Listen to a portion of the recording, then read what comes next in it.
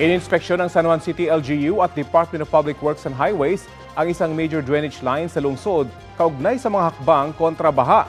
May ulat on the spot si Oscar Oida. Oscar?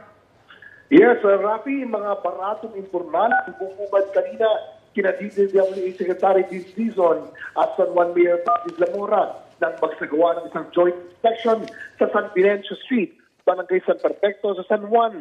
Isa sa mga lugar na pinakamadalas bahain sa lungsod. Mangyari, ang dapat kasing daluyan ng tubig sa lugar, matagal na palang tinirikan ng mga bahay.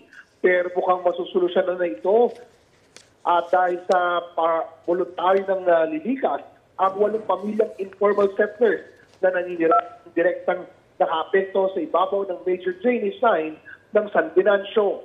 Ayon sa city government, ang mga kabahayan dito ang matagal nang nakakasagabal sa daloy ng storm water dahil kaya mabilis na bumabaha tuwing may malakas na ulan.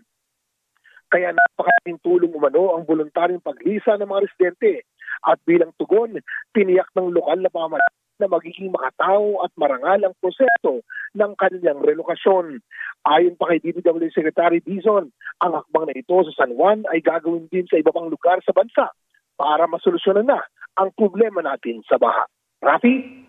Maraming salamat, Oscar Oida.